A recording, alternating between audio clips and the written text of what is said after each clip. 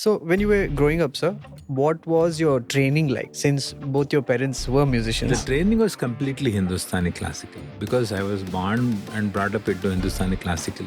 So, in the classical music, there is this term called Gharanas. So, can you shed some light on that? Today, the real definition of Gharana says if you are the third generation continuing in a particular Gharana, your third generation will start being named after you.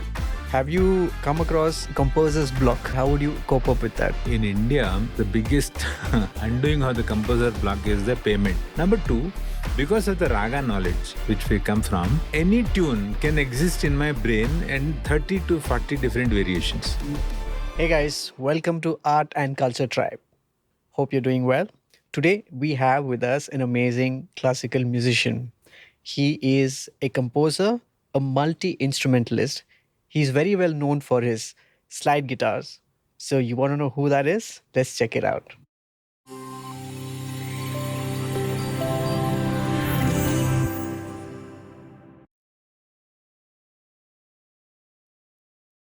So let us welcome Mr. Prakash Sontakke.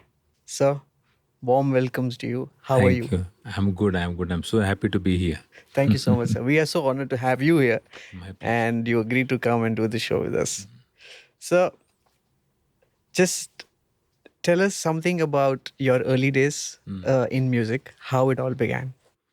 Yeah, I'm basically from a family of musicians. My mother, father, both are musicians, but they were employed with the university stream. My father was a professor at Benares Hindu University. My mother was also a music teacher.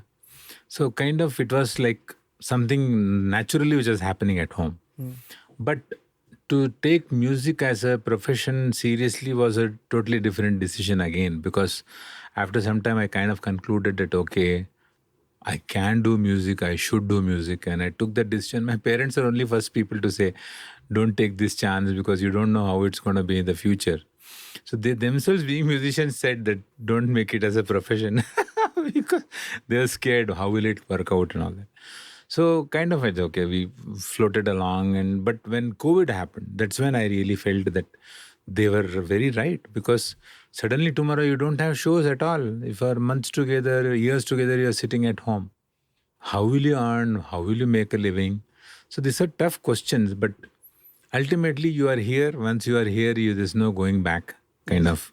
So and then you kind of reinvent yourself every now and then to make something new to happen. So, you play the slide guitar. Yeah. And how did you, did you pick out any other instruments before that? Or you just, No, so actually, my mom was a slide guitar player. One of Okay. the first in Wow. India, actually. If you look at female slide guitarists, she's the first in India to have played. And she taught me, and at the same time when I was discovering the slide guitar at home with doing ragas, Bhageshri and all that, I suddenly saw Pink Floyd and I saw a video of Delicate Sound of Thunder. When I saw the video of Delicate Sound of Thunder, I saw Gilmour playing the slide and Dark Side of the Moon. Because when I heard Dark Side of the Moon and had not seen it, I used to imagine that this has to be a slide guitar. But when I saw it, I was like shocked, because the same instrument I'm playing Rag Bhageshri at home, and the same thing becomes Dark Side of the Moon. So it was like a bulb just lit in my head, like, wow, this is. So the slide became my entire expression, kind of. Everything that I thought, everything that I think became the slide guitar. So all the evolution of music in my head, in my brain, in my soul happens only through slide. Any form of music which I listen to kind of converts into a song of slide in my mind. Okay. And you also use distortion when you play. And that was also a later discovery, or Yeah, means see, you'll be surprised that if you look at the history of distortion, how distortion was discovered in the American culture, they say that some American sound person heard the sound of the tanpura. And the last string sound has a very solid distortion sound. And that sound of distortion of the tanpura is supposed to be the origin of the distortion power chord sound. okay. So that is how the discovery came. And how they make the distortion from the tanpura string is they add a small thin thread into the string. So there's the small gap between the bridge and the string. That thread introduces that small vibration which hits the bridge, because of which that sound comes. And that's how distortion was invented. So the distortion's invention can be contributed to the Tanpura. Tanpura is the mother of distortion, actually. Okay. So when I discovered distortion, obviously in different forms also, it was like whenever I used to listen to some songs of Floyd and all, I used to think, man, this distortion sounds just like a Tanpura string. And it's exactly what it was. And later on, when I learned from a very big sound engineer, I got to know from abroad that it was a discovery which came from the Indian origin. Okay. And nobody knows about this today. It's very strange. So when you were growing up, sir, what was your training like? Since both your parents were musicians. Yeah, the training was completely Hindustani classical, because I was born and brought up into Hindustani classical. And when you are learning classical at home, lots of learning happens without the formal training. When your dad is teaching somebody, you're listening to that, and then your mom is teaching somebody, you're listening to that. You're learning all those things subconsciously. And then a time comes when you start practicing formally your own self. So you don't know what to practice by stages of practice, because you have suddenly heard a very advanced raga just yesterday, and you kind of like the tune and you start playing that. And suddenly then you have some very beginner raga you are playing after a few months. So that whole process to bring it into a formal shape and structure itself takes time, wherein you start valuing what you are learning.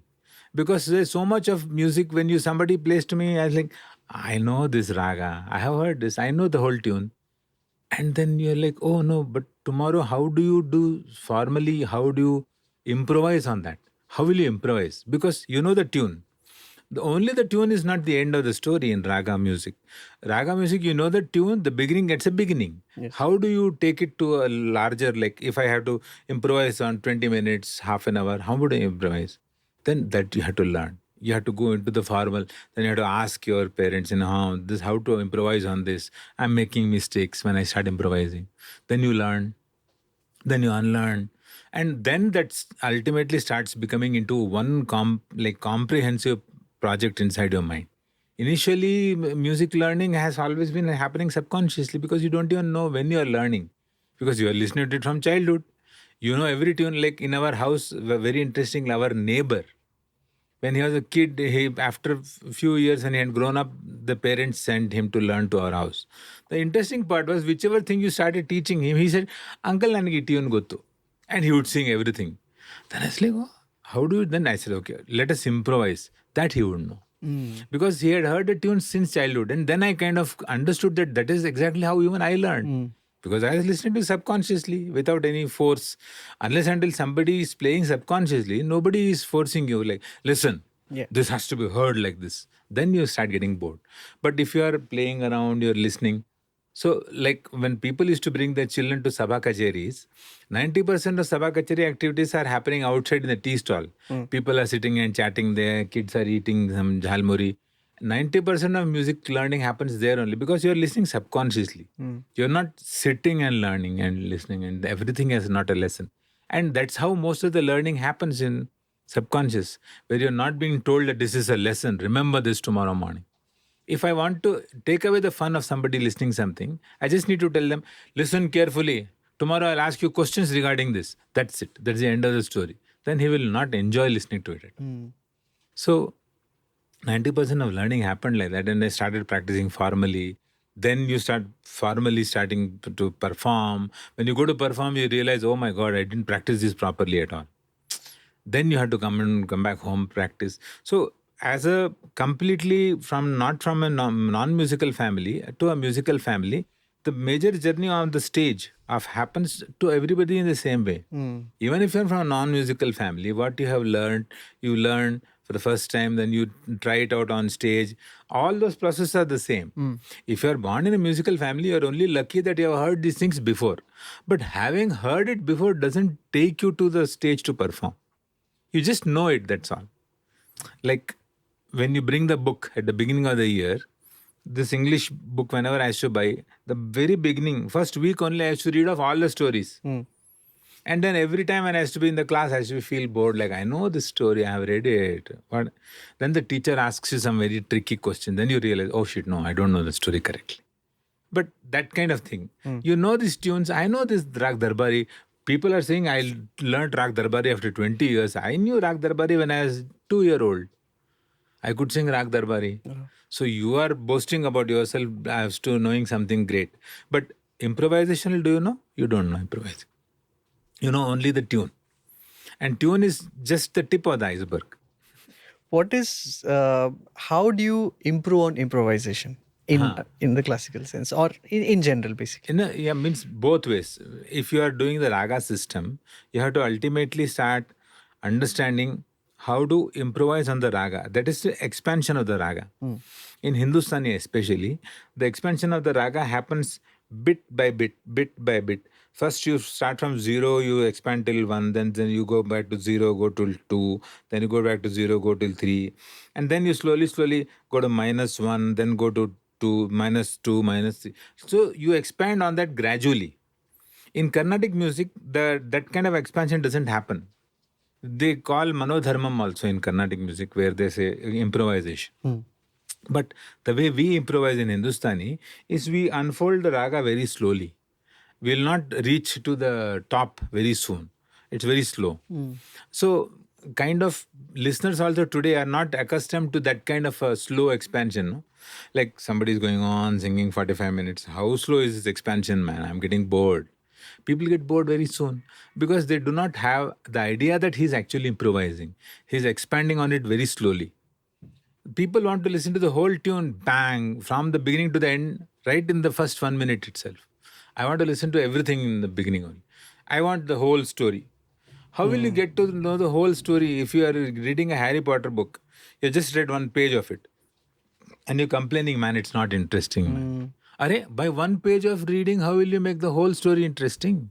The whole story will happen only when you, in a 1,000-page book, you'll go to 300, 400 pages. Then you'll be exploring more to understand more. Yes. So the concept of improvisation, even for the listeners, is they will listen more, then they understand more.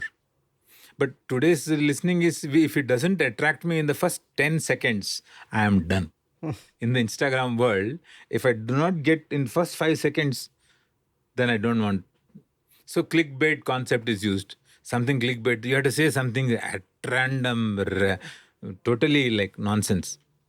So it becomes clickbait. Like, oh, how did you kill that guy? Oh, he's talking about murder. Oh, let's watch this. Clickbait. Everything has become clickbait. Even in music also, people put that first trailer in such a way that crazy improv. Very exciting. So that you will be able to sustain for another 2 minutes. So every 30, 40 seconds, you have to keep on bringing something exciting for the listener to be sticking on to you for some more time. And that is kind of killing the whole concept of listening to music. The more you heard improvisation, the more you understood it. But how will you understand if you don't listen to it only? Like in 1 minute, if it doesn't attract me, I'm not going to listen to it. If that is a philosophy, how will you listen to a Rag Darbari? Yes. Rag Darbari will unfold in 15-20 minutes. By 15-20 minutes, everybody will be sleeping in that hall. How do you do that? So it's a sad in the world where everything is quick and instantly available. Getting people to understand and appreciate slowly is a big challenge in itself. Okay. So when you guys perform, this is based on classical music. So there will be, was there any instance with you that you went live and you have rehearsed, of course, but you guys still improvised and everybody was like, okay, let's do this. Something like that has happened? That happens now also. Every classical gig, if I do a classical gig, sometimes even normal other gigs also, other than classical also, I always want to play something which surprises me, not just the listeners. People are now, accustomed to, Prakash show, some surprises will be there. But the fun is when I surprise myself. If I play something completely strange and a tabla guy is like, what was that? It gives me that happiness. It gives me that little high, because why are we playing music after practicing for so many years if there is no surprises there? If you know from the beginning to the ending, everything is rehearsed, pakka, then then where is the joy of music? Where is the joy of performing live? Then I might as well send a CD to you. You can play the CD. Why do you Exactly. watch me live? The whole idea of watching you live is to find that excitement. And that excitement is something which you live for, no? Like all these years of practicing. What's the Yes. point of all the practice if the listener doesn't, barsa idara bedapa. If that's the conclusion of the listener, then you'll be like, why should I play music live at all then? Just send them CDs at home to listen. Yes. So, I wanted to ask you about gharanas. So, in the classical music, there is this term called gharanas. So, can you shed some light on that? Gharanas basically before independence of India. If you look at most of these princely states, how princely states became certain, because of the royal patronage. The king would give royal patronage through his resources to the singers, performers. Like if you belong to a certain state, the Raja of that particular princely state would promote you like, hey, you are a good singer, come on, you sing something, you sang something nice, okay, here is a golden jewel for you. You sang something nice, here's a property, take this house outside the outskirts. So they would give small rewards through things like this. Okay. So like your entire life is taken care of, the king is taking care of you, so you become a kind of a princely state. That starts becoming the name of your gharana. So I am from Gwalior. So all the singers who were there at Gwalior, born and brought up in the tradition, would belong to Gwalior Gharana. Then there will be Delhi Gharana, there will be a Patiala Gharana, different Gharanas came. And then slowly that Gharana stage started evolving when we moved out of independence. Princely states were gone. Then governments took over. Then Akashvani came into existence. When Akashvani came, all kinds of music was being heard by all kinds of people in the country. If I lived in Delhi, it didn't mean I heard only Delhi Gharana. I could hear Puna's Gharana also. I could hear Gwalior. I could hear all other Gharana. So Akashvani made that happen, that intermingling of Gharanas. So I liked some Gharana. I was born and brought up in that.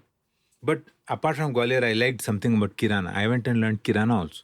So then my biodata will say Gwalior, Kirana, Gharana combination. Okay. So that happened slowly. Today, the real definition of Gharana says if you are the third generation continuing in a particular Gharana, your third generation will start being named after you. Like I am from the Omkarnath Thakur. My father's Guruji is Omkarnath Thakur. So before Omkarnath Thakur's Guruji, then my father, then me. So Omkarnath. So I am now technically I can say that I belong to Pandit Omkarnath Thakur's Gharana. I can say that. Means root is Gwalior. Root is connected to Gwalior only. But every third generation, so my son will get the name from my father's generation. Or Raja Sontakke's Gharana, my son. So that's how it proceeds like that. But the whole speciality of Gharanas became special because they would identify a very unique style of singing. Same rag, same scale. I sing ni re ga sa. Somebody ni re ga sa. Somebody sings in a very robust way. Somebody sings very soft. Somebody sings very sensitively. All became different gharanas.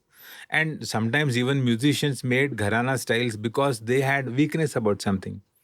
If they would have certain weaknesses like my swaras are not good, so I'll sing like this only. And that only becomes a special gharana. People start liking that, oh, very nice, very energetic. So gharanas also were kind of sugar coating on small tamarind seeds, like they have how to make something attractive, which is not attractive, make it a special style. And that special style becomes your gharana. You start liking it because it looks good, sounds good. Yes, sir. So, how long do you practice on a daily basis? This is a very interesting question. The concept of practice is directly related to how much you know.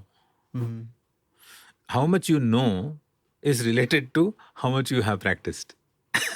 So it's a catch-22 situation. The more you practice, the more you know.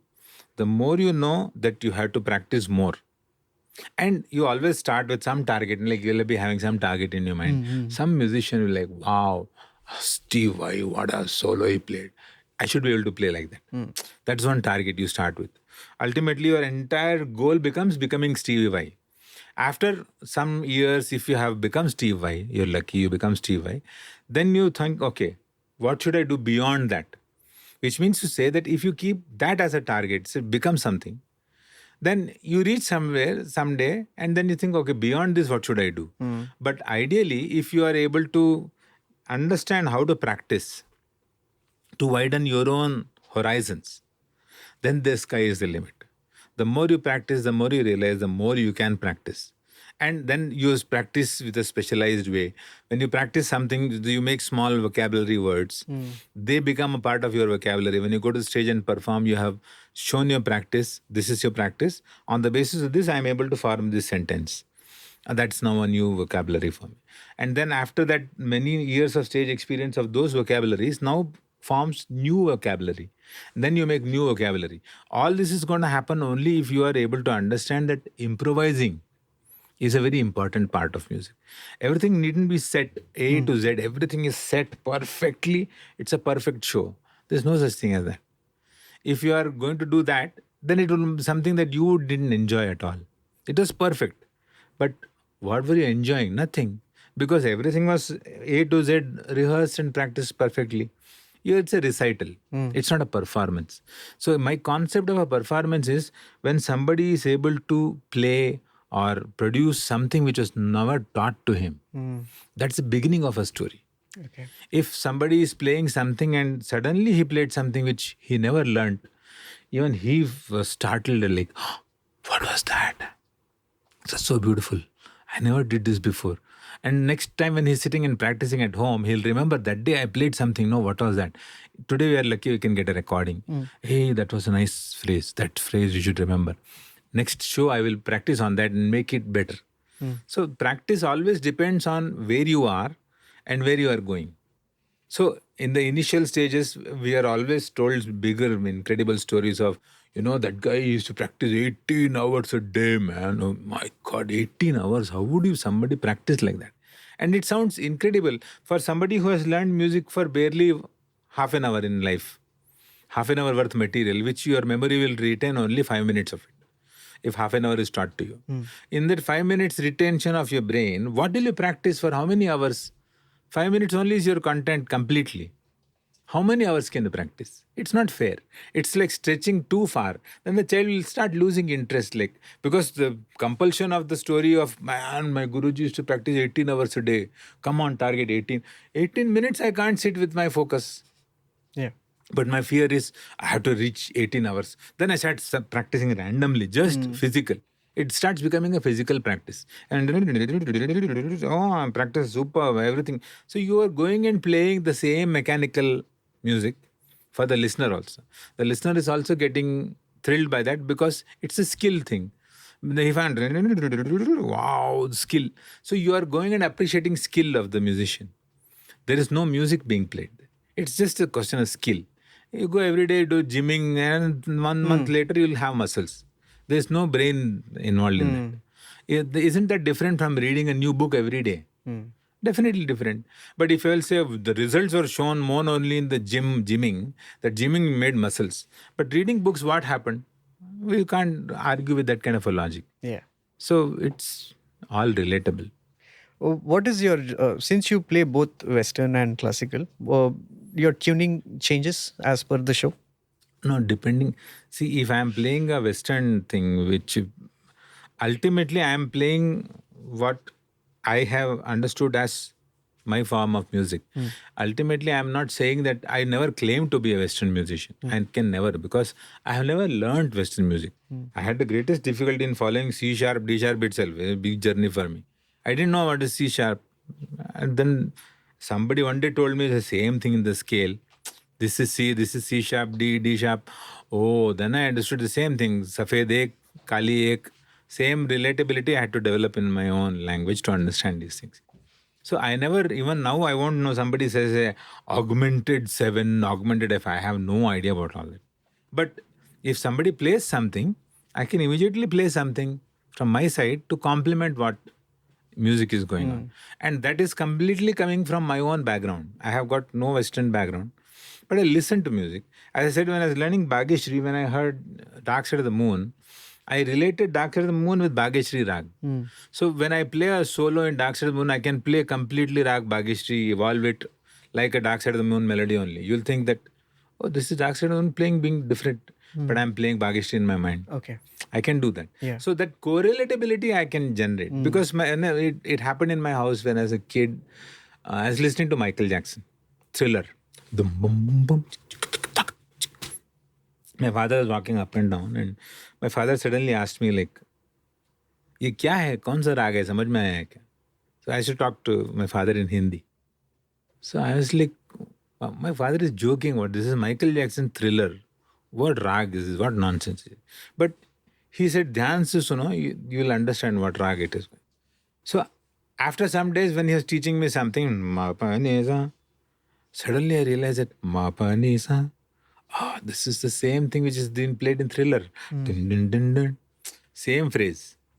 So, then it kind of, the bulb ignited. Like, oh, everything I can understand through my own music. I don't need to understand Western music to understand that form. I can listen to sa sa sa sa ni sa re ga re. I'm singing which song? Titanic. But I'm singing it in my swaras completely. I used to go to these wedding concerts and I used to play a Shine On You Crazy Diamond totally with the tabla. And people would think I'm playing a bhajan. They were like, "So, tumma chanaki to sur bhajan adu yavadu sur adu." What shall I tell him? If I tell him I am playing Shine On You, he'll get shocked.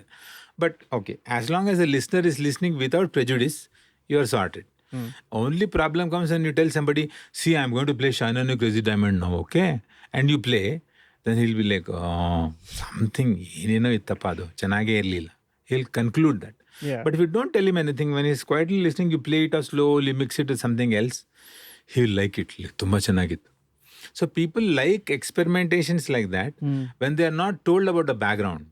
Sometimes about this only I can give a TED talk. Depends on which situation you are in. You can be able to correlate to any other form of music in the world through the form of music that you have learned. I know so many Western musicians who are very good friends of mine from Europe who have learned only Western music. But the moment I play a different raga, he'll immediately capture that scale and he'll start improvising. And so fast he'll do it. I'm like, "Oh, did you know this scale before?" He said, "No, the first time I heard you play this." But he's able to improvise immediately. Yes. Because he's so good in his stream of learning. So in any stream you are in, you can correlate to anything else if you are good at your stream. Thank you, sir. You also teach, right? Can you tell us how important is music education right now, the present scenario? I think we are at a point when music education is the most important thing right now, I feel, because there is so much of music consumption happening where people are consuming so much of music without knowing. Why I'm saying is because when you're watching Instagram reels, there is something playing in the background. It's kind of psychologically imposing something on you repeatedly. You don't even know what it is, but you're getting inspired by it, you're getting influenced by it. But it's all for a short while. Every Instagram reel is hardly 59 seconds. In 59 seconds, it's impressing you very quickly. And it is wiped away immediately by the time you go to the next reel. So short bursts of tiny bits of information, which is not even strategically or clearly being given to you as to what this is. You're just consuming it. Since you're consuming it so much without knowing what it is, it's basically like telling that I give you 1,000 words a day, but I don't tell you the meanings of those words. So because you know those words, you'll try to use them somehow randomly wherever you feel like. Just imagine what's your situation. If you just don't know the meaning of that word, but you just went and used it grand, somewhere it sounded nice, so you just used it. And people are wondering, what the hell is he talking? It's the same thing in music language also. As a language, people are consuming 59 seconds of content. People are coming to perform on the basis of that 59-second content. How will you sustain the crowd for an hour if your preparation is only 59 seconds? For 59 seconds, you prepared something nicely, it sounded brilliant. But will you play a show with 100 clips of 59 seconds each? How will you do that? You'll have to have a proper way of presenting something. Like you're presenting a tune, there has to be a beginning, there has to be a body, there has to be an ending. Something has to be done, no? That will happen only through education. So music education today is most important because 90% of people are listening to music without knowing what they are listening to. We are listening to 100 channels of FM. Everything is pumping different forms of Bollywood only. The pop version, I mean, there's nothing wrong with that music form. What I'm saying is a pop version is being created where everything has to sound interesting in within the first 2 seconds only. Dun, dun, dun. Something has to immediately sound like a door opening for you in life, and something exciting has to happen. If this is how consumption is going to go on, so much more of music which could be amazing is being missed out because you don't even know how to listen to it. You won't listen to it at all. So all that amazing music which is there in the world is not something which is coming on radio stations. So much of music is being played beautiful, which you are missing out. So you have to go looking for it in terms of listening to like previously when we were young, we used to have cassettes. Yes. We used to buy a cassette, an entire cassette of 8 songs because we liked one song. Somebody marketed to hey वो गाना सुना क्या बहुत अच्छा है उसको खरीदने का. Go buy the cassette, bring it home, you play that first song, stop it, rewind it, play the first song again, rewind, play. Every time you play the first song. Till one day, when you're letting the tape play, you're in some other room and the other song also plays. And then slowly you hear, oh, that's also nice.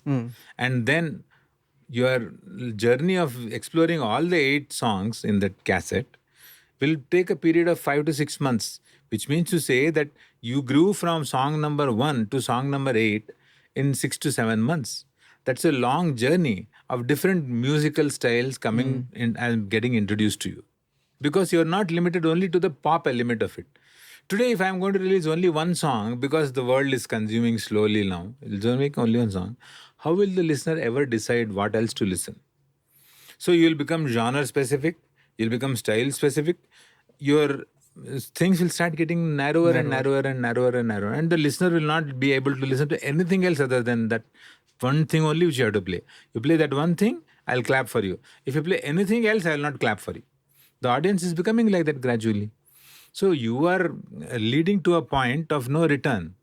If I have just going to explore, people will like only one song which I'll release. For 6 months, I'll play only one song. How will I survive then? How will I do a 1 hour show? Then that kind of a content only at one song we have to make for 8 months or 8 years and then make an entire show. How is it possible?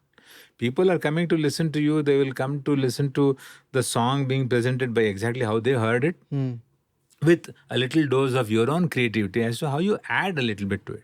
Something you have to add. Certain subtle things also maybe, but you have to add something. You cannot play exactly the same solo exactly like that for n number of years. Musicians like David Gilmour, I don't know, comfortable in solo, he must have played by some 50 million times by now.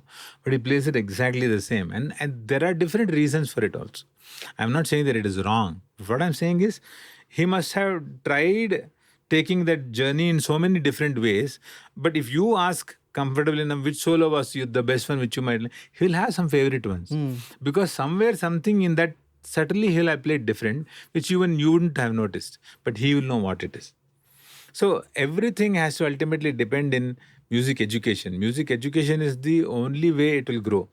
Otherwise, we'll all be limited to Instagram. That's all. How do we implement this change, sir? That, First thing is the whole concept of teaching. No, it is. I get a feeling that the pressure which parents put on the music teachers, that oh, my child is already learning for 6 months. My relatives are coming tomorrow. Will he perform something for them? Do you know what a performance means? Has a child grown in the last 6 months to be able to understand I should perform something for somebody? What does it mean? How will I do that? In 6 months of learning, what will the child perform? At the most, he might do a recital where he's just going to exactly by heart whatever he has learned and show it to you. And if you have the kind patience and good heart, you will encourage the child saying, very good, keep learning. At the most, that much can happen, that you are constantly encouraging the children. Because I have noticed over the years that people who are simple, very average in terms of musical understanding, definitely became outstanding if they were encouraged constantly. A constant encouragement, like, hey, very nice. Last time I met you, you played that thing, play that song again. That kind of people have to be there, which have to encourage the child into feeling that, I'm doing something which is worthwhile. If every time the child picks up the guitar to play something, hey, the bore oditana pada de beda, just don't play that. If you do this to the child will lose interest totally. So the people who have to encourage have to understand that they play a much bigger role of music to grow. They have to encourage practically and make the child, because by encouragement you will definitely take the child to a much more bigger destination. Okay. So when you travel outside to play, you've traveled to different countries. How different is you performing there, and how is it here? See, and abroad, what happens? Different places have got different vibes. Like if you are some parts in Europe, you are in Canada, you are in USA, different people vibe differently to your music. Like in Canada, I had this experience where if I am thinking that, like how typical Indian audiences, you start something with the rhythm. If you do long alap, they'll get bored. Like 2 minutes, oh God, 3 minutes of my life gone away in this nonsense alap. But it's not the thing for the people abroad. In Canada, people would come and say, hey, before the tabla started, you're playing something, that was very nice. I just loved it. So I was like, wow, just exactly the opposite of India. In India, if you do not start the tabla in within 40 to 80 seconds, the person will think he'll have a tea and come so that he doesn't get bored. So it's coming to that slowly. And this is with the concept of Instagram and these things happening more and more. The short-term duration listening capacity is becoming more. In 40 seconds, my concentration is maximum. After 40, between 40 and 45, my concentration drops reasonably. By the time it is 55 seconds, I have completely lost interest. By the time it's 59 seconds, I don't know who you are. So my journey is from 0 to 40 has to be so powerful and exciting that I should be able to sustain you till 50 seconds.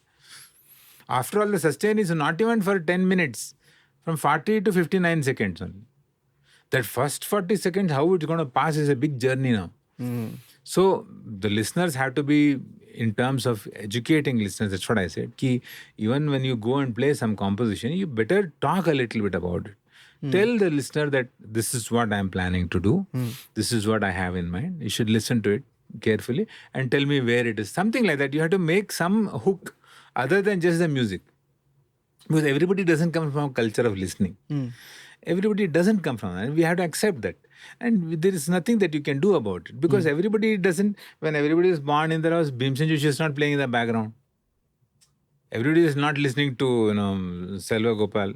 You're growing up, if you are lucky, you have heard something, or only walking by near some house pendal, some music is playing. That is the only way music was getting exposed. Today, because of all these rules of sound and law, different laws, that kind of music also is not being played. Yeah.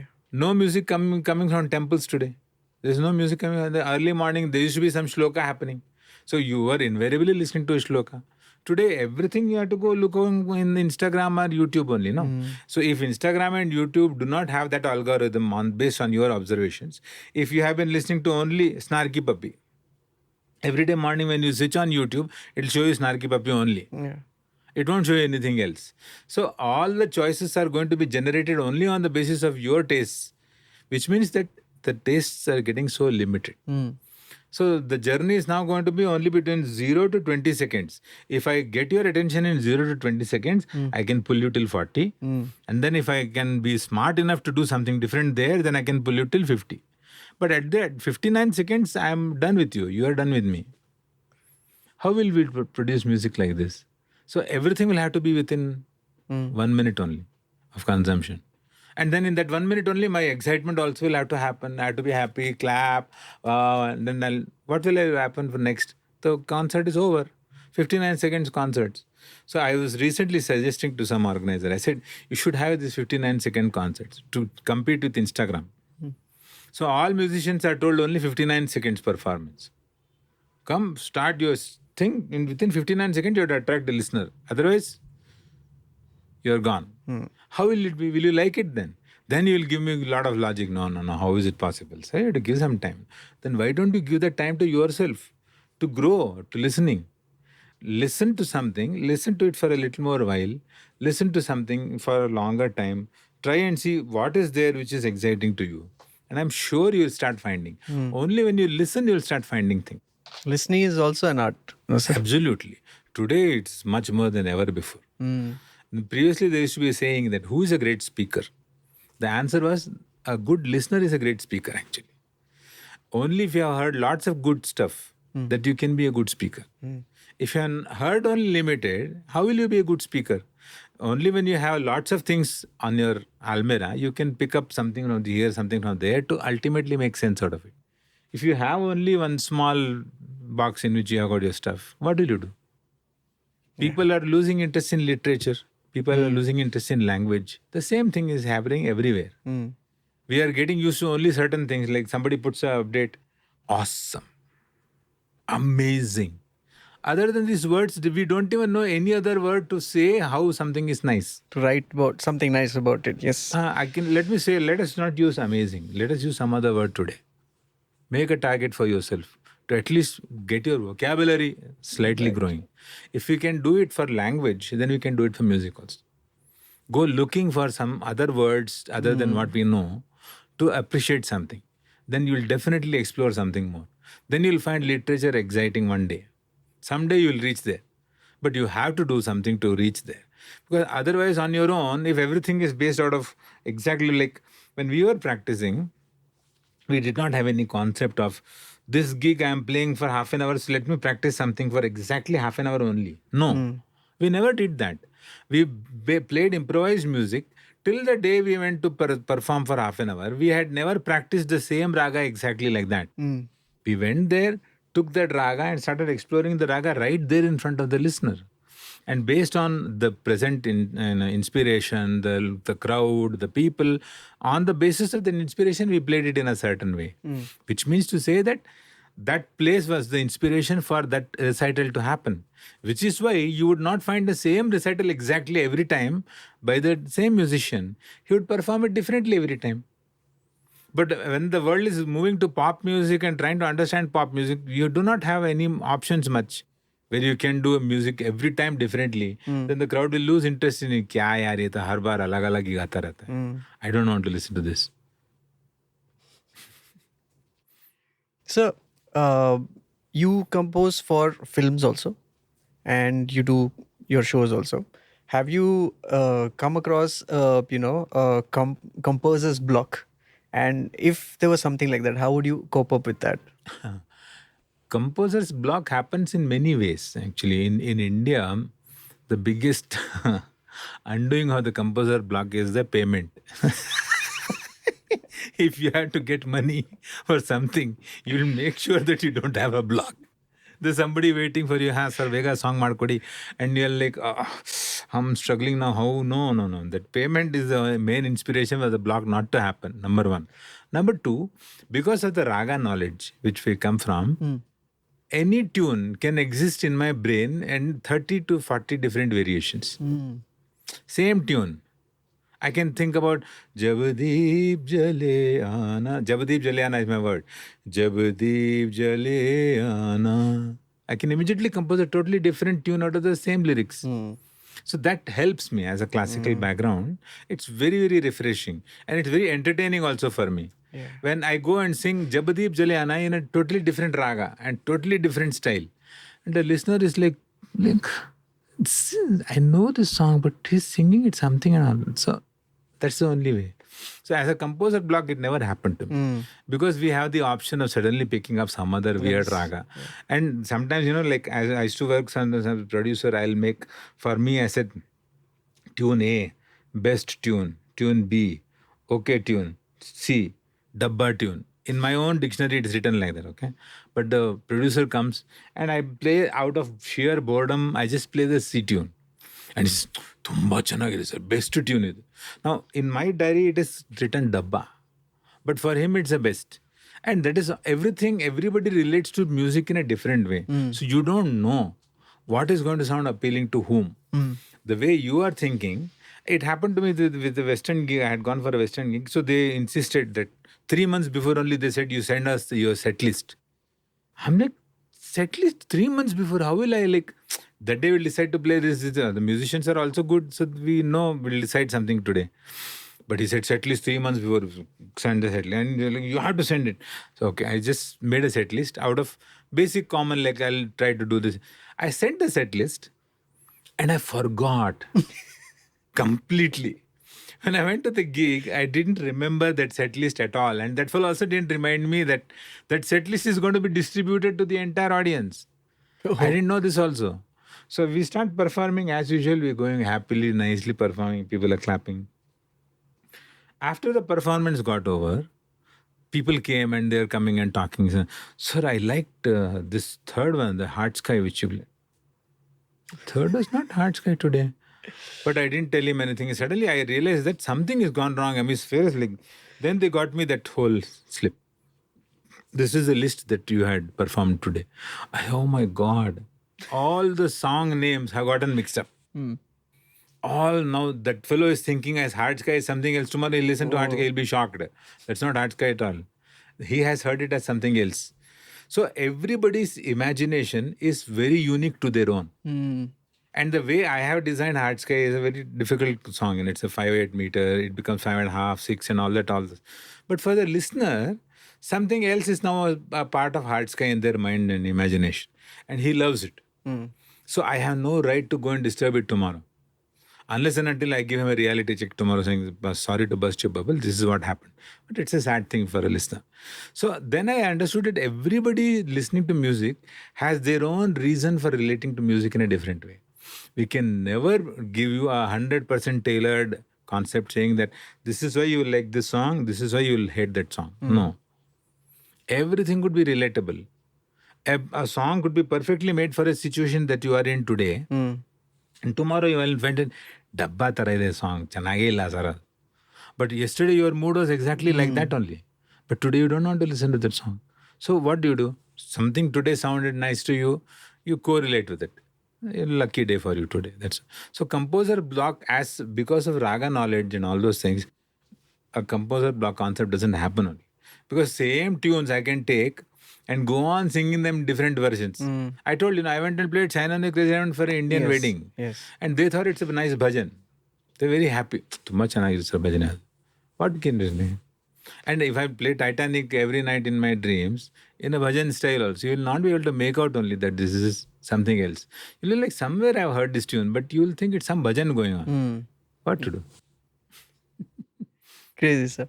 So, your exposure to Pink Floyd and all the rock bands that we were discussing earlier, how did that happen? I mean, was it college kids sharing music, or you were yourself trying out? In Benares, where I was born and brought up, from my house, I think half a kilometer distance, there used to be this place called International Guest House, where we used to have all these international people staying.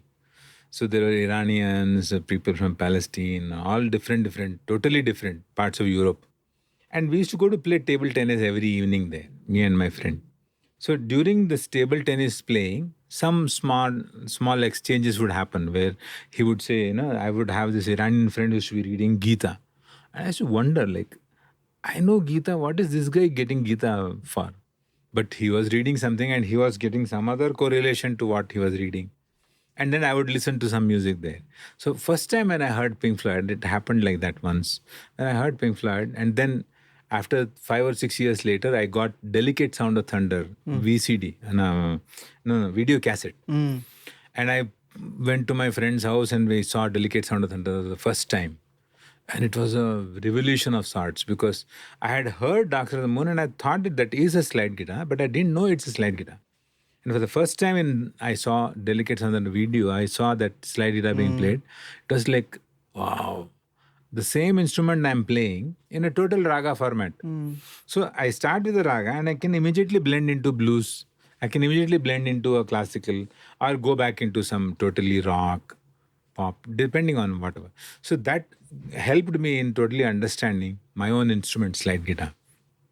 So yeah, that was Pink Floyd. Then so many other musical forms, which every musical form I always connected with something about your life and the reflections of that form of music in your life, or the vice versa.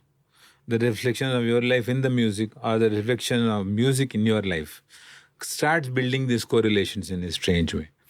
So when you go on a certain drive, you see the road patterns in a certain way. You see that, and that makes a picture in your brain. And then you think some song correlates perfectly with that. So images start forming in your mind. And those images start becoming more and more, depending on what all you have heard in life. You might have the same scenic beauty every time, but every time you go and see it, you might be visualizing some other song for it. It's true also. Yeah. And that's how it is. And I feel that today's generation is slightly lesser lucky in terms of, because everything they are seeing immediately. We heard things first. Yeah. And we imagined a lot. And then we saw it. And then we found, oh, this is nice. This is exactly how I had imagined. Like previously, the audio of the film used to release much before, 3-4 months before, and then the film would release. So you would hear the song in some way, you would have imagined that song in a certain way. And then suddenly you go to the film and you see the Maha Dabba picturization. It's like you lose interest in that song. Dabba tara madidare picturization. You lose interest. But sometimes it works in reverse. When I saw the Wall movie on the video, I was like, every single line of music which was played ever in Pink Floyd Wall album was exactly the same visuals that we had imagined. It was shocking. Because when I saw it for the first time, it was like every scene I have seen before. And I was shocked that how were they able to have such creative people who would exactly mirror the exact reflection of sound in the visual. That was very powerful for me. And today also, when I listen to certain things first and then I watch it later, I kind of realize, okay. But today's generation is not that lucky. They're watching it first time only. They're listening and watching it the first time. So the bonding of that image and that picturization is instant. So there is either you like it or you don't like it. That's all option is there. And I also feel bad that they're listening to it also on a phone. They're looking at it directly. So music as a listener's object, where a lot of music you hear, you form your own images. Here now it doesn't happen, no? The moment the music has been composed, you have to make a video for it. The 90% you'll be some video you'll make and put it let for the sake of being there. How much of brain will you put behind, like, okay, my music is like this, its music should have that reflection, that video should happen. Oh, that is 1 koti budget agar sir beta ki. Finished. 5,000 rupees in my mobile only, I'll capture something and do it. What to do? It's a sad thing. Yeah. But those people who invested that kind of a time in making videos, that's why lots of songs never made videos in the past. They would say, no, it's too expensive for us to think about. So they didn't make it. I used to know a lot of, like Duran Duran. There's a point of time when I met one of the Duran Duran singers in some tour. And I asked him, like, when you made Ordinary World, Ordinary Lives, that song, what was the thought process? He said, no, we never thought about anything. We had people who did the cinematography. They said, this will be going very well with that visual. Just make the song. That's it. So that was when marketing teams had come and taken over.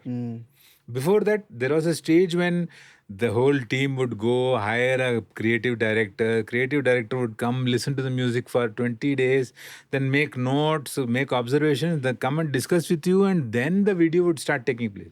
If you look at some of the videos by Peter Gabriel, those must have taken 3 or 4 months to make. Incredible videos. Yeah. I was shocked. Like, there is a particular video where he's just lying down in the garden and the entire garden grows around him.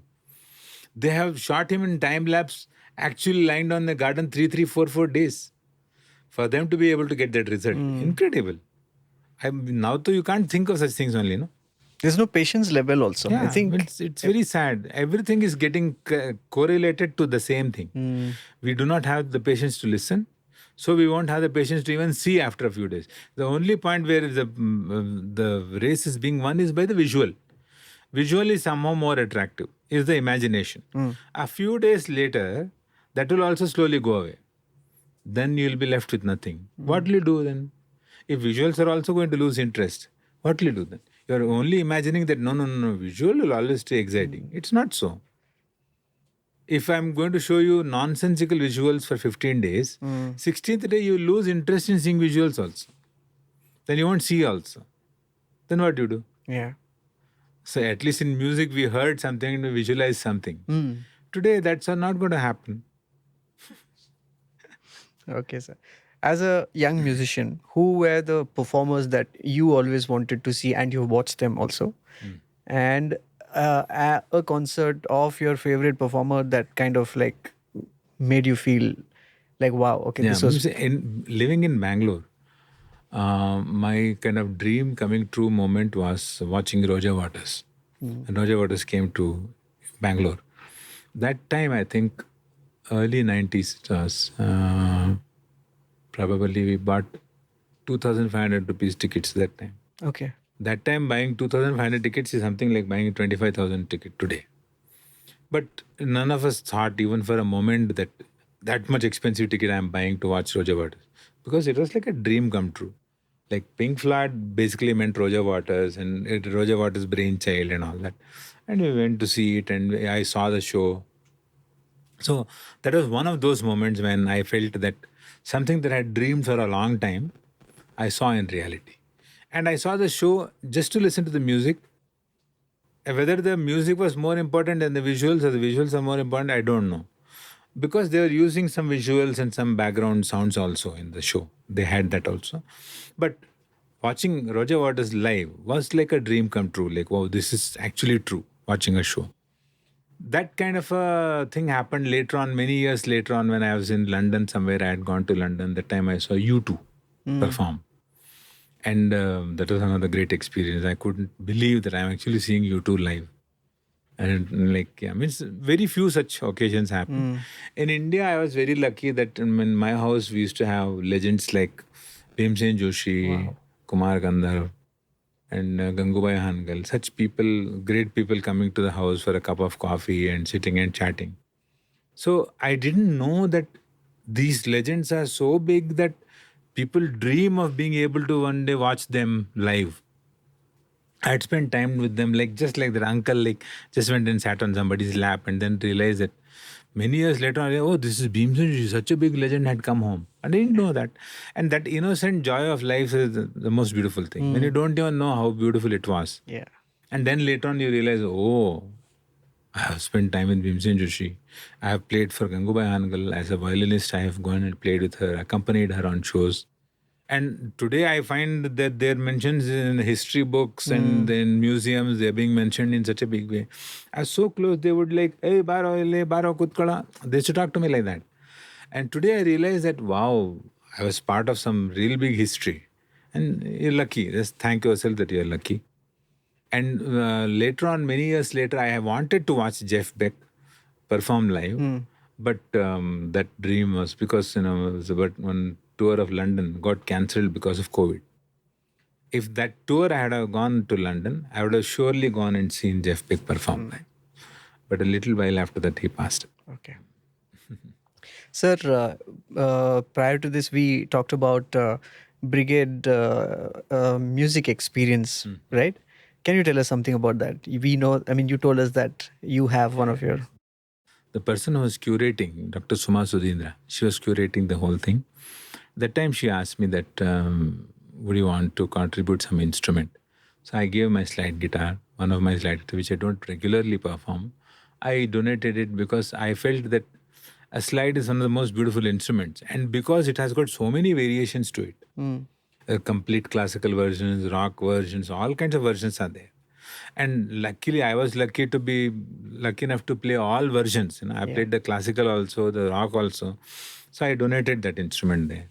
And I feel it's a great, it's like starting a page in your life where you can go and explore so many instruments. Otherwise, there is no option for you to get to know also, no? Because you whatever you search for in YouTube is something that you know already. And by the time you open YouTube again shows you what you know already. Yeah. It's not going to every day give you a new list of new things, new discoveries. So Brigade is a place where you can go and start exploring things to start with. And after that, you can go on a bigger journey because different instruments involve different physical forms of learning, difficulties. Like a veena is this big, and to be able to hold a veena, sit down and get the first sound only takes time. People take sarangi 8 to 9 months minimum for getting the first note out of it. Where will people learn? By 8 or 9 months, I will have developed 100 more new choices and forgotten them also. Yeah. Sarangi, this sound to come, you have to put those strings in between this nail thing. The nail, yeah. And get that sound itself takes 8 to 9 months minimum. Where will you start the journey then? So I get a feeling that instruments ultimately for a human being are like a small extension of your own imagination, your own thought process, and your own companionship. Like as a musician, I can never be bored. You can keep me anywhere like I had to go for a tour to some other country, some other island, a very desolated island. I was there for a month. Okay. And just in one room, that's it. And that one room, one table fan was there. It was a tropical place. Just switch on the fan and be in the room all day. After 1 month passed by, I realized that, oh, I was here for a month. It was like I was here for maybe a week or something. Because there is something to engage me in my mind all the time. It cannot be boring for me. Like when COVID happened, people like, Macha, how are you in your house? Oh, I'm in my house bloody from the last 3 days. I'm not gone. You are in your house, man. You are in the happiest spot of your life.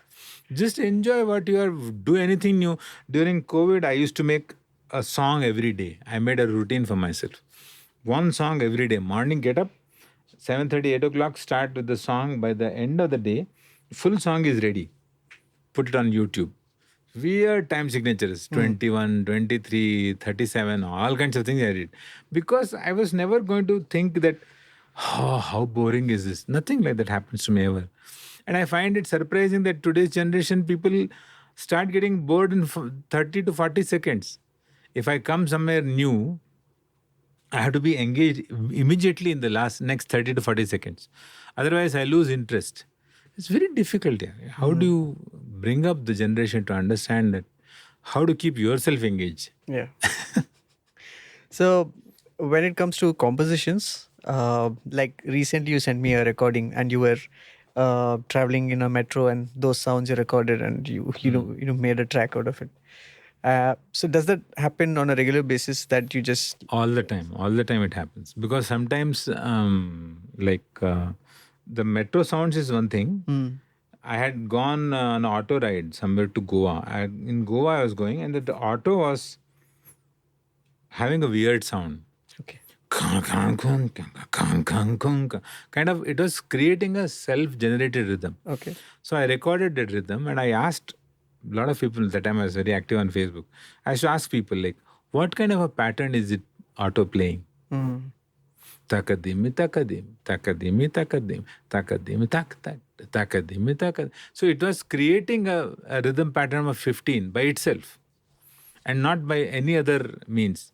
So I just recorded that and I kind of made a song around that idea of 15 beats. So one full loop, if I play correctly, that entire auto cycle would come perfectly. Okay.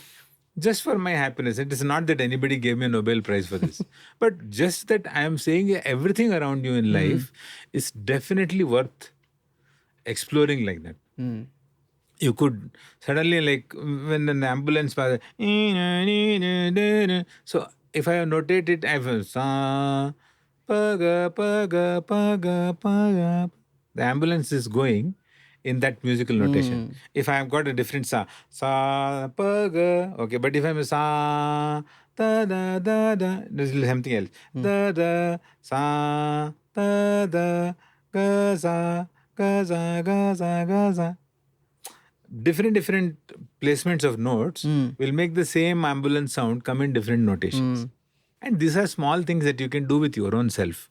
You don't need to, it's not some coaching that I'm doing. But how to remember a note? Sometimes, like when we are singing a song, and the song and break. And now complete silence. You have to start the song again.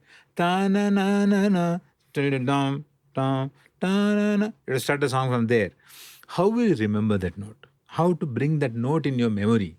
That if there is no drone reference for you, how will you catch that note correctly?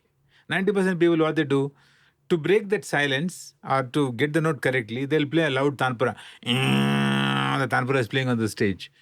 The value of that silence is gone. Dum, ta-na-na. No. Tanpura is playing. What's the point?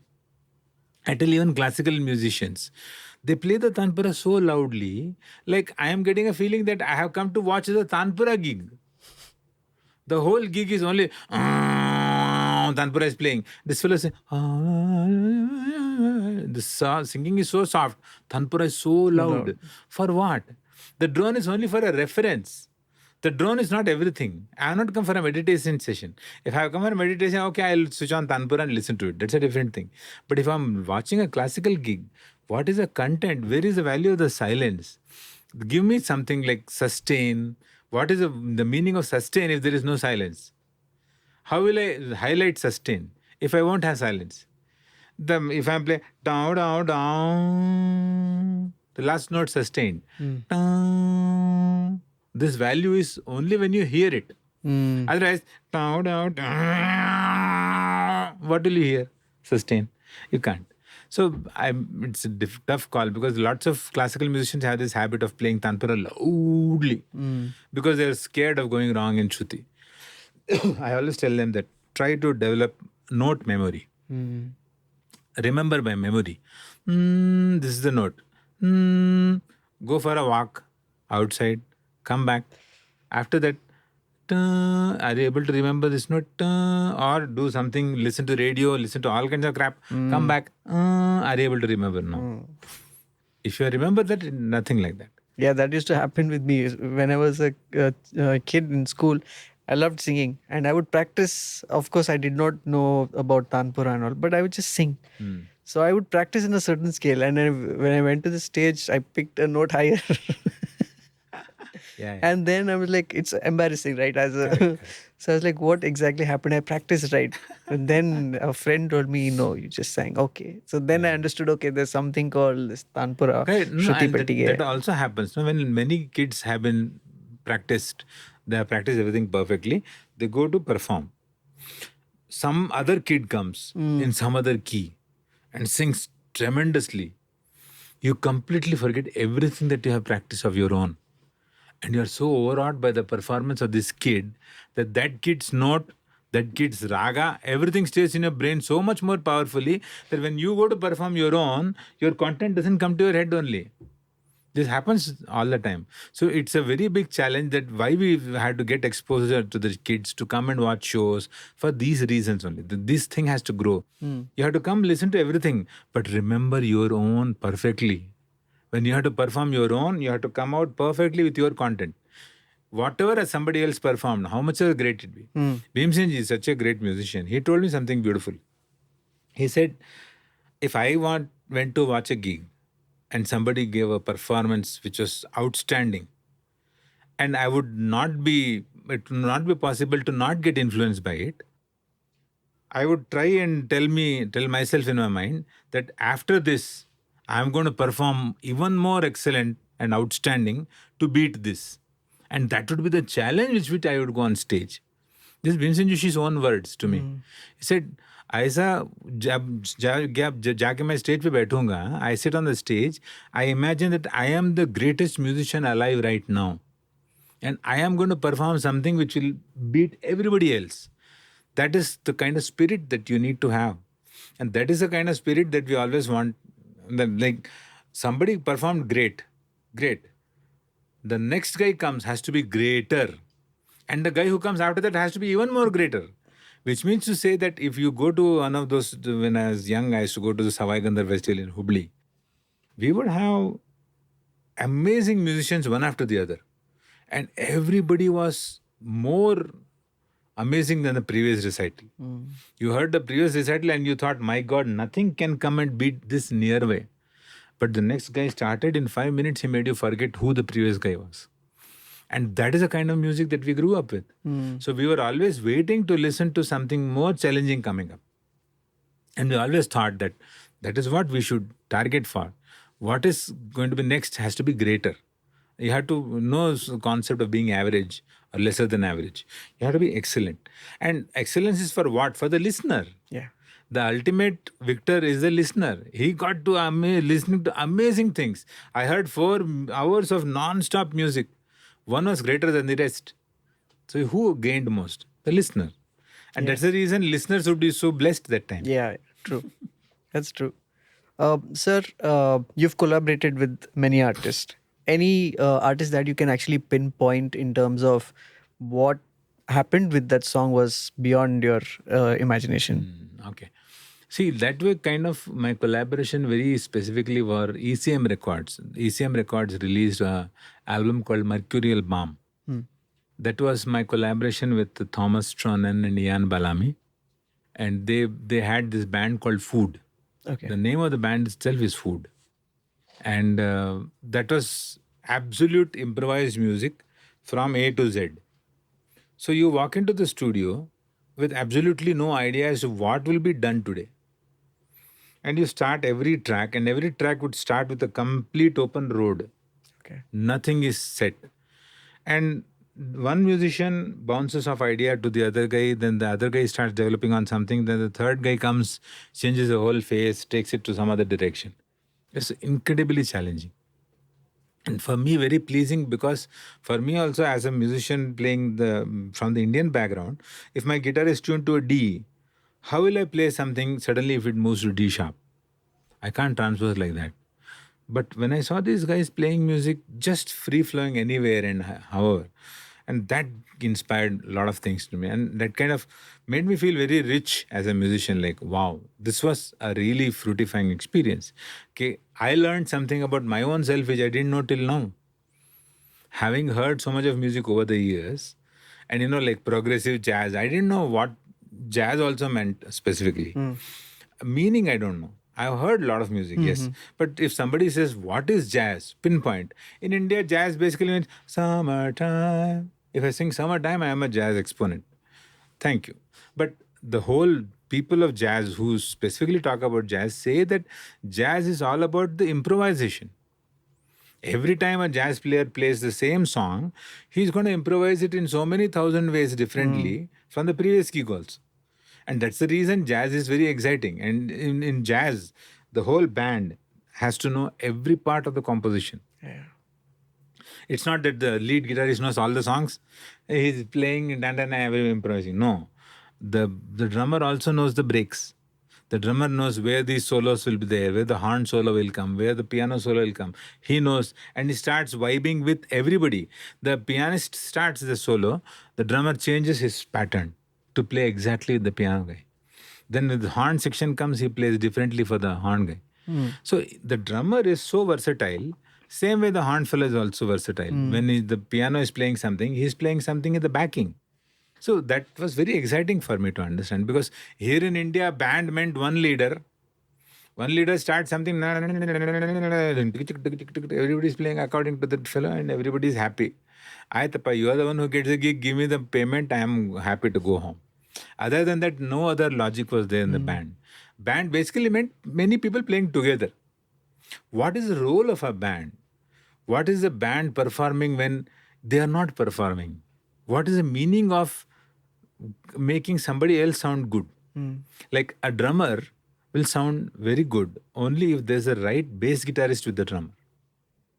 The drummer will not sound amazing if he doesn't have a good bass guitarist. If the bass guitarist and drummer are not locked in together, no fun. No fun. Neither for the drummer nor for the bass guitarist. And listener ke tele kuch bhi nahi. So understanding these dynamics, that when he's not playing also, what is he playing for this to be complemented to a greater level, is always I have always felt music is When I am playing a jugalbandi with somebody and somebody is playing something, what is it that I am playing a little bit to make his playing sound beautiful? Yeah. Whether Correct. he does it or not is a different issue. That's that we can't control. Yeah, true. But from my side, I do that. That if I am playing something and after I have played, that fellow is playing something, what should I play for me to complement what he plays to make it more beautiful? That is my role as a musician. If I am playing in a band. But here in India, generally we go to the Jugalbandi to see who is a victor. ಯಾರು ಗೆದ್ರು ಅವನು ಸಿಕ್ಕಾಬಿಟ್ಟು ಚೆನ್ನಾಗಿ ಬಾಳಿಸ್ಬಿಟ್ಟಪ್ಪ ಅವನು ಬೇರೆ ಟೀಮಲ್ಲೆಲ್ಲ ಫಾಲ್ತು ಇದ್ದಾನೆ ಅವನ ಲೆವೆಲ್ಗೆ ಇಲ್ವೇ ಇಲ್ಲ ಅವನು ಎಲ್ಲ ಬಾರಿಸ್ಬಿಟ್ಟ ಅವನು ಫುಲ್ ಬೇರೆ ಎಲ್ಲರೂ ಸುಮ್ಮನೆ ಹುಡುಕ್ತಾ ಇದ್ರು you come with that like because you are coming to see a victory this is not a dangal or a wrestling match is a different issue. You are coming to see a victor. Yeah. But here it's not the question of victor. The victor is music. The ultimate victory is of the music which went into the listeners' minds and the hearts. But how was the music ultimately when you consumed it? Was it nice? Was it flawless? Was it giving you some vibe? It took you somewhere? All those things count. No. I'm not performing. Everybody is playing their tiny little solos. Everybody is busy. Everybody is happy. I don't believe music is to be done like that. Because if you're playing music in a group, then become a group first. So lots of times I tell lots of my friends, ki, just play useless music for some time. Do not specifically compose something only. Just play some song. See how, when you are playing a song, how the other person is helping you play that. And how are you helping the other person play what he's playing. When you start doing that, then you start actually reverberating as a band.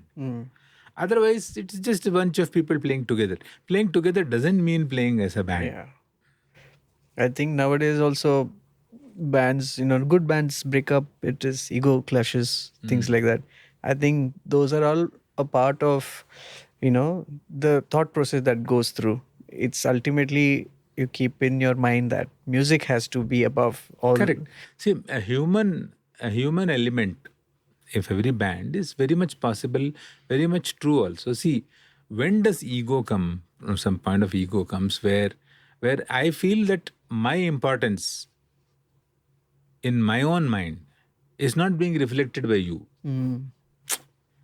If I feel there's a certain importance that I carry and you do not give me that importance exactly, I feel challenged, like, oh, you're just not giving me that kind of a value. And then a whole difference of opinion starts and it can go anywhere. But on the other side, if you look at the flip side, if you are all focusing only on the music to be played, doing the music in the right way, then these issues won't come. It's very simple. We might not even remember all those amazing great bands who always stayed together and played together for years together. Some stories, like how rock journalism introduced this thing to you, that you make some interesting stories out of life. Like, oh man, I was smashed that day. I had that much of cannabis and I was just lying there and this tune came to me. Rock journalism made these weird stories as a part of your life in such a big way that you found that only to be the main thing. When I went to Europe for the first time, in the afternoon I saw a documentary. These documentaries used to come in Norway between 1 and 4 every day, documentary. And I saw Jimi Hendrix interview. And the interviewer says, hey Jimmy, you must be really smashed when you just play this music. How do you play this? And Jimi Hendrix asks him very innocently, like, hey, do you think I can play music like that if I am smashed? A very simple question, which clarified all the answers to me. Because when I went as a youngster, lots of musicians were thinking that only when I smoke some ganja, some amazing lines will happen. Where I don't even know if my guitar is tuned or not. After my 2 rounds of ganja, I won't even know if my guitar is tuned or not. How am I going to be a good musician like that? And all these bullshit stories of, people being smashed, walking into British studios, amazing music being produced, all humbug stories. Because having paid £100 per hour for a day, 1,200 pounds I had to pay to this fellow. I will walk into the studio super alert. And by the end of the day, I will want to utilize 1,200 pounds worth of work. I'm not going to be smashed and play anything you feel like. I'm just going to sleep. No, that's not going to happen. We have been fed bullshit stories and we have believed those to be true. So before I play something, I'll be so smashed that I won't even know where my guitar is. I'm not even having a guitar in my hand and my hands are going up and down like this. What is this? This is not musicians, son, but stories were told because rock journalism did that only. They promoted these nonsensical stories so that people would come to watch a show. There was this one promoter who told me about this story in London that they used to promote that Duran Duran, I think the sixth or seventh song will completely come naked. Okay. So everybody in some other town would be booking tickets like, I want to wait for the seventh song when they come naked. They would come in the seventh song with baskets around them. Okay. And that was the whole promotion line for a show. Just imagine how weird people are, that people are not going to listen to the show for the music, Yeah. but for seeing this band come naked. Wow, they came only in baskets. Like, what nonsense. Anyway, they're not naked. You're fooled into buying tickets. Yeah. You went and bought the tickets because you thought that you'll see them naked.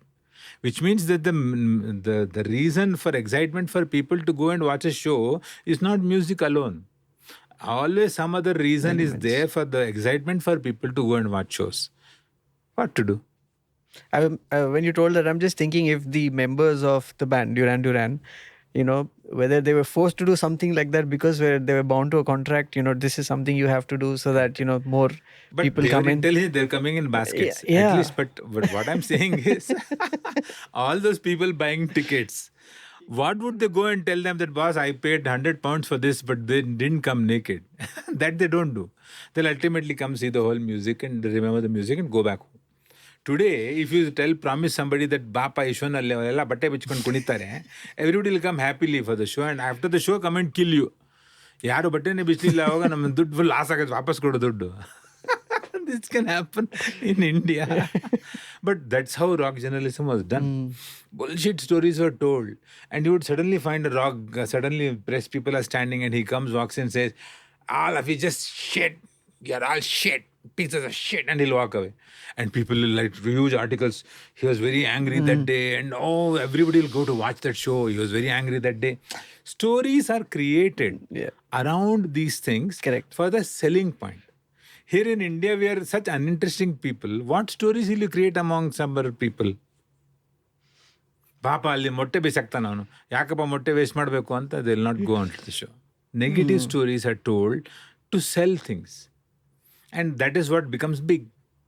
It could have ruined people's lives. There's a story where Bruce Dickinson, the great singer of Iron Maiden, he goes to a party in the night, some Christmas party, and they're all sitting for dinner. And that person, one of the person says, what are you doing? He says, I'm the lead singer from the band Iron Maiden. And he says, singers are very weird people. You people are crazy. You do drugs. You do all kinds of weird things. And Bruce Dickinson felt very insulted. He said, no, but I'm a normal human being. Why do you get such a thought about? He said, that's what we have been told. Yeah.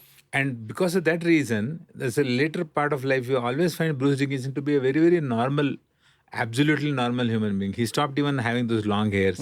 He became totally normal. And I watched this interview and I kind of realized that everybody has gone through this painfully. The reason because stories are told, crazy stories are told so that people find it attractive. Basically because people have boring lives. People have boring lives. So how to make your boring life interesting? Do something crazy. Prakash Sontakke walked out of his house, took the guitar and he smashed it on somebody's car. Tad, and then he'll show something dabba. Immediately, full viral. Prakash Sontakke goes viral tomorrow because he smashed his guitar. Who will smash a guitar which you love, man? You paid thousands of dollars to buy a guitar and you pray that guitar because that guitar is your life. You will go and smash that guitar. Why will you do something so stupid?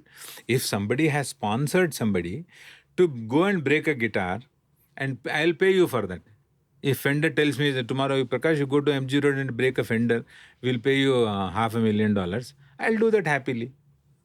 To create a trend. Prakash broke a guitar. And people think, what great is it? Like, stupid stories are only selling more. Because if you tell somebody that you're a normal human being with a normal desires, like a very common man, people will find, ಏನು rock ಥರ ಮಜಾ ಬರಲ್ಲ ಈ ಸ್ಟೋರೀಸಲ್ಲಿ. So you have to tell something outlandish for it to make sense. And that's how rock journalism became big. True, sir. So, what are your suggestions for the young musicians who are learning music and want to pursue music as their career? Learn music. See, if you are learning music, try to find correlatability to what you are learning and to what you are listening. Try and bring constant interactions with what you are learning, what you are listening.